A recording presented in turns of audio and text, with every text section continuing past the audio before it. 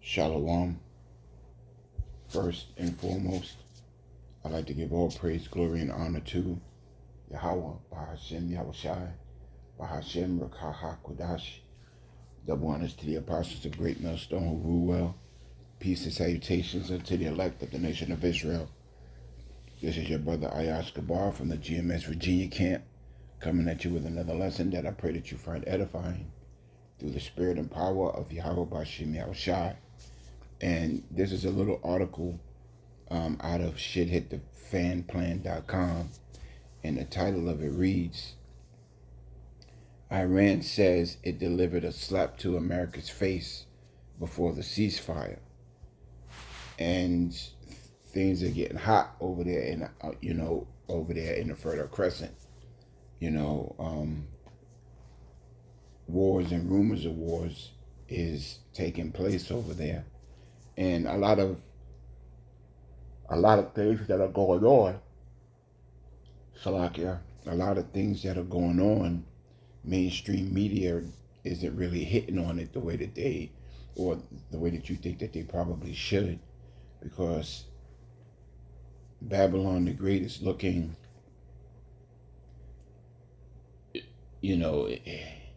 it's looking kind of as though it's a servant to another nation. And that's something that America has, or Babylon the Great, has always tried to hide. It always tried to hide the fact that it did the bidding, of another nation. And now it's starting to show itself. And those other nations that are over in the Fertile Crescent are getting really, really tired of those small hats.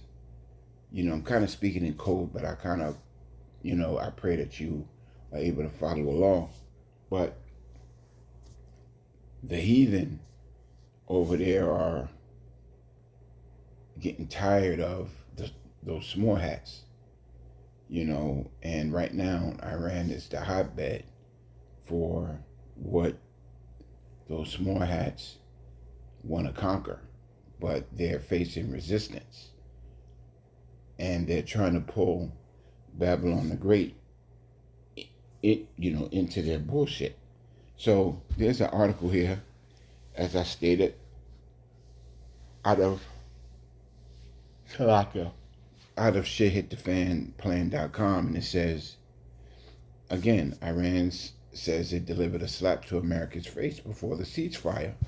And reading on with the article, it reads, the Iranian ruler Ayatollah Ali Khamenei said that Iran has delivered a slap to America's face before the ceasefire went into effect. The ruler of Iran claimed that by striking a Babylon the Great military base in Qatar, a warning was issued against further attacks. So the nations are starting to realize that the word or the promises of Babylon the Great and its allies are meaningless, because they'll sit back and they'll say one thing and actually do another, and that's been the MO of, these heathens, especially with Amalek. Excuse me, Salakia.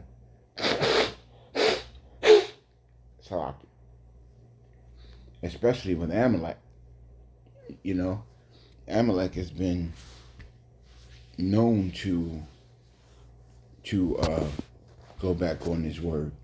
I mean, Esau Edom as a whole does that same thing, but in these times, Amalek is being brought out for, its double tongue. And reading on with the article, it continues to read, these comments were the first of Khomeiни's since the ceasefire with those small hats went into effect. The supreme leader downplayed the U.S. strikes on the 3 Iranian nuclear sites Sunday using bunker buster bombs and cruise missiles. saying that the Babylonian president, Donald Trump, who said that the attack was completely and fully obliterated Iran's nuclear program, had exaggerated its impact according to a report by the Associated Press. And that's what they do. You know, Babylon the Great can't look weak. It can't look as though, it made a mistake. It can't, admit to the fact that it's made a mistake. It can't look as though that, its missile defense system isn't capable of doing something when all that Babylon the Great has to offer is war. This place is known as a war machine. And how does that look when the war machine can't produce the one thing that it has been producing for decades?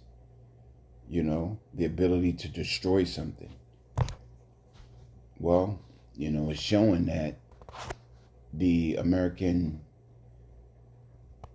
defense system is subpar compared to what a lot of these other heathen nations have. And now you're starting to see these other nations stand up. I got a precept about that too. The book of Joel, chapter 3 and I started verse 9. And it reads, "Proclaim ye this among the Gentiles, prepare war, wake up the mighty men, let all the men of war draw near, let them come up." Verse 10, "Beat your plowshares into swords and your pruning hooks into spears, and let the weak say that I am strong." And that's what you're seeing. You're seeing the weak say that I am strong. You're starting to see these other nations, these other heathen nations over there in the Fertile Crescent, who once were docile in a sense of having the thought to retaliate and protect themselves, are now saying, nah, fuck that. We're going to protect ourselves. We're not going to let this superpower just come in and do what they want without a fight. Because a lot of nations that fell did that.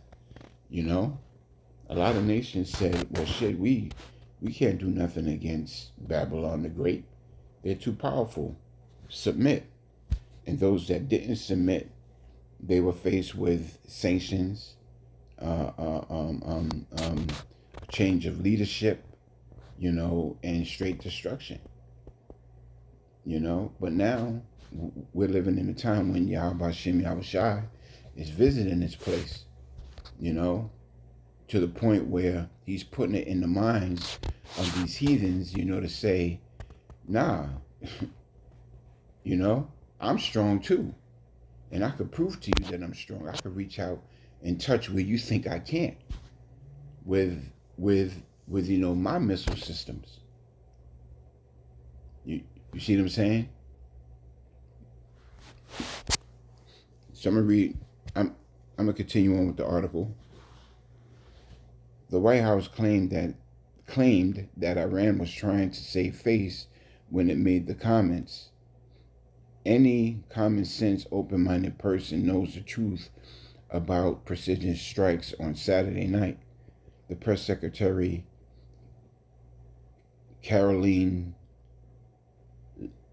Leavitt, told reporters Thursday, "They are widely successful," she said to the U.S.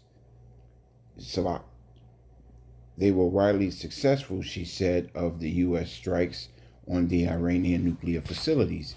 And they got to say these things, they got to say that everything was successful. Again, how would it look where, a strike would actually go in and it was unsuccessful?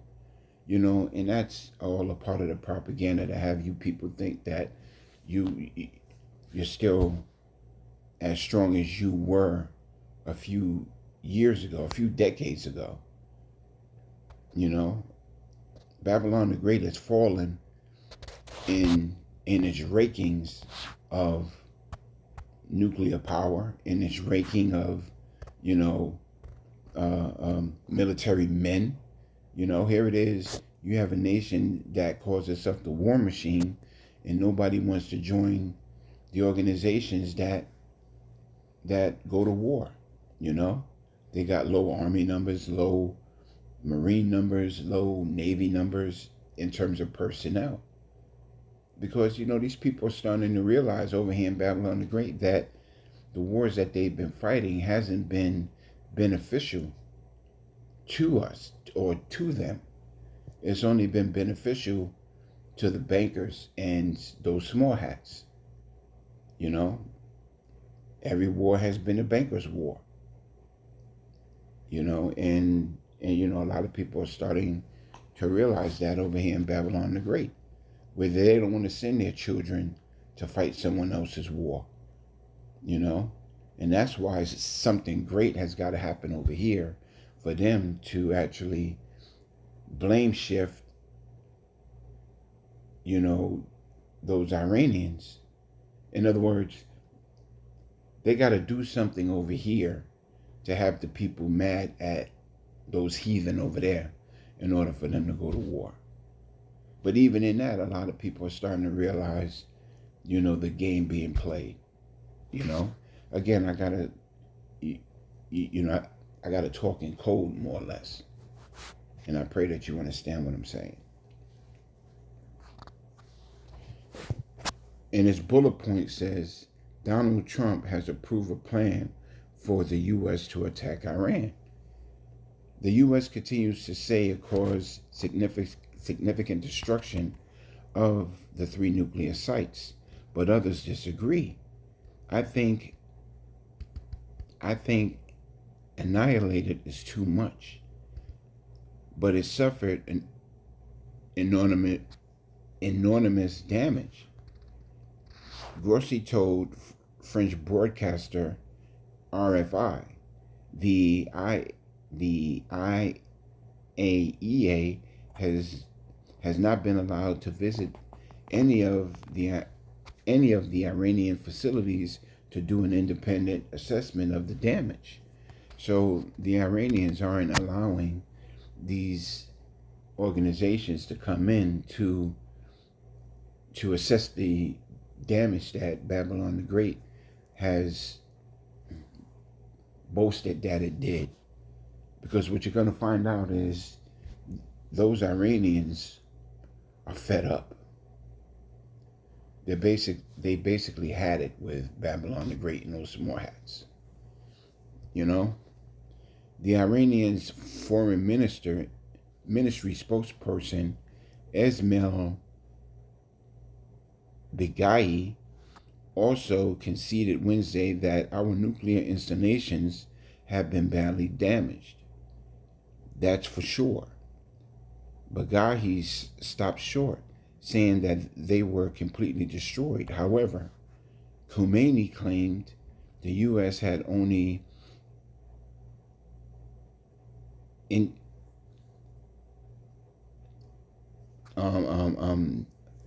intervened in war because it felt that it did not intervene. Slovakia. Khomeini claimed the U.S. had intervened in the war because it felt that if it did not intervene, the Zionist regime would be utterly destroyed. And that also goes into a scripture as well, you know? And I believe that's Jeremiah chapter 49 and verse 20. And it reads, "Therefore hear the counsel of Yahweh Bashem Yahushai that is taken against Edom, and his purposes that he have proposed against the inhabitants of Teman. Surely the least of the flock shall draw him out. Surely he shall make their inhabitations desolate with them." So the least of the the least of the flock, those small hats, is dragging Babylon the Great into World War III. And there's nothing that they can actually do about it. There's nothing that they can say about it.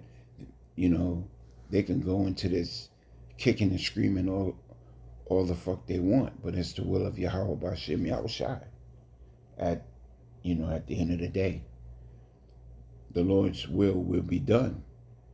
And his words will not return to him void. So it's not going to get any better over there, even though they call for a ceasefire and this, that, or the other. It's only going to escalate, and it's going to escalate to the point where a lot of nations are going to join. A lot of nations have already begun to choose their sides, and it's inevitable. You sit back and you listen to these people who say that they got 5 or 7 and 10 years before a war break out, and this, not at all. Anything's liable to pop out or pop off at any time, and that's something that these people just don't understand. A lot of these young men, are about to get sent off into these wars. And it's gonna make a lot of families very sad, because when these men and women go over, to fight this war over there in the Fertile Crescent, which is the war of Armageddon, they're not coming back. They're not coming back. And not only that, the fact that they're not coming back, the people who are over here in Babylon the Great ain't going away either, because they got a fiery destruction waiting for them. So either way, the will of Yahweh B'Shem Yahushua is going to be done. And these people just don't believe it. Let me read this last paragraph. And it reads, it does appear that both Israel, or the small hats, and Iran have now gotten the memo that they are supposed to stop bombing each other, at least for the time being. The ceasefire agreement has been vague from the beginning, however. At least that's one step in the right direction, even though the rulers are still trading verbal jabs over who has done what during the 12-day war. So the scriptures say, for when they shall say peace and safety, then sudden destruction, But even then, these escalations won't cease.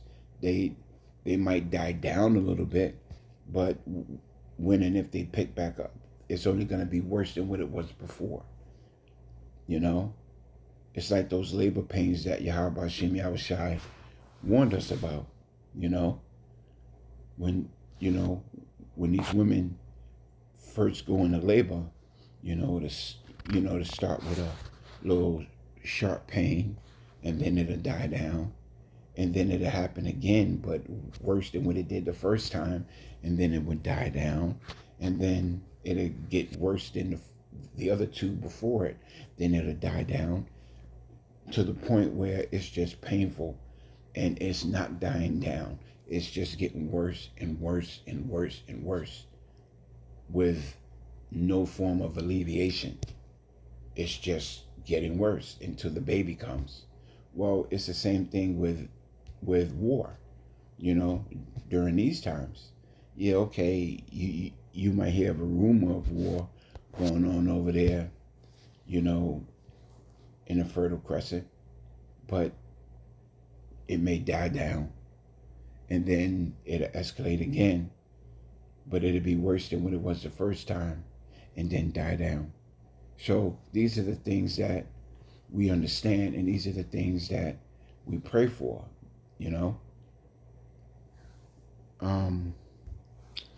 I have any more precepts? Yeah, I got one more. Because Iran ain't playing with Babylon the Great, and it damn sure ain't fucking around with those small hats. The book of Isaiah, chapter 14 and verse 10. All they shall speak and say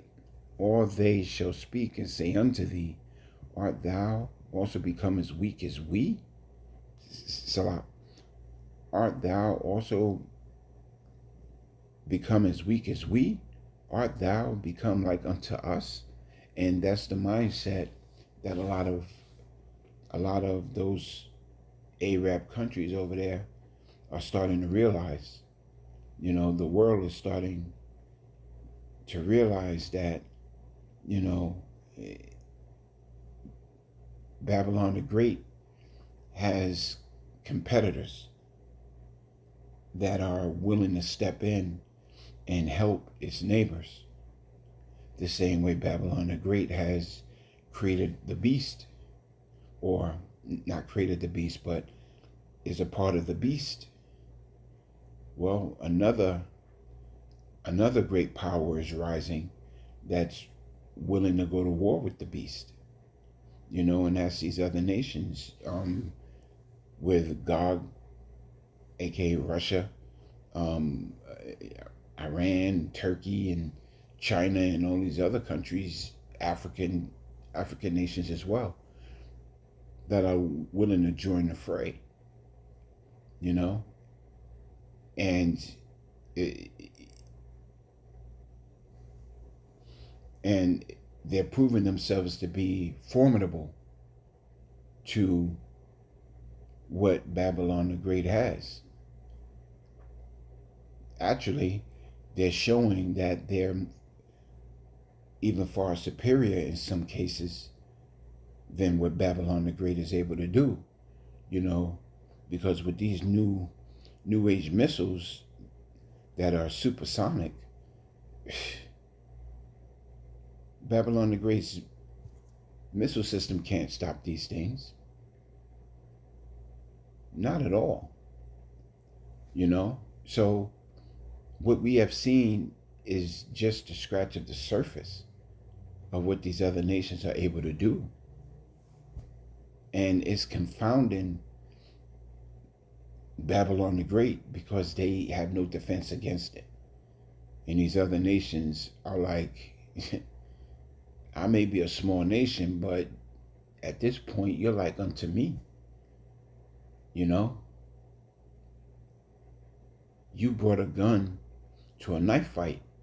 Okay, well, the next time I'm going to bring a gun to a gunfight. And that's what these other nations have done. You know?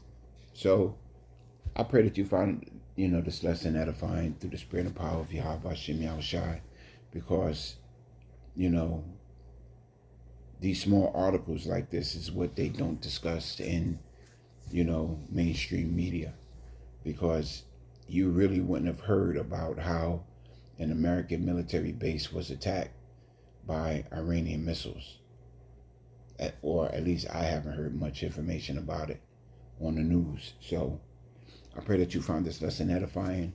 And until the next time, I'd like to give all praise, glory, and honor to Yahweh, Bahashem, Yahushai, Bahashem, Rakah HaKodash. Double honors to the apostles of Great Millstone who rule well. Peace and salutations unto the elect of the nation of Israel. Shalom.